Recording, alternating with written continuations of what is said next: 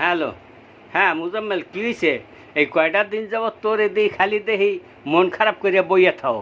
কি হয়েছে কি তোর? আরে আয়, তোরে তোর মন খারাপ করতে কোনো সময় দেখি নাই বেড়া। হ্যাঁ কদি। মন খারাপ হইবে না, করবো কি কন? কে হয়েছে কি? এই এক বেটারে দিয়েছিলাম 1 লাখ টাকা ধার।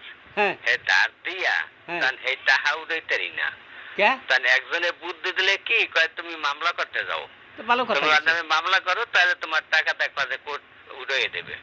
তা ভালো কথা, মুই আবার এক উকিলের লাগে যুক্তি কইরা উকিল কইলাম যে ভাই মোর এই টাকাটা উঠাইতে লেগা কি করবো, তা হ্যাঁ মামলা করো। তো আমি মামলা করলাম। তো মামলা করতে করতে মনে করেন এই পর্যন্ত ঘুরতে ঘুরতে মুই হিসাব করে দেখছি মোর 2.5 লাখ টাকা গেছে। মুই ওই 1 লাখ টাকার ধারেও যাইতেরি নাই। এখন হিসাব করে দেখলাম যে ওই 1 লাখ টাকা উঠাইতে যাই 2.5 লাখ টাকা খরচ করলাম। কি উকিল না ভদ্র ডাহাই?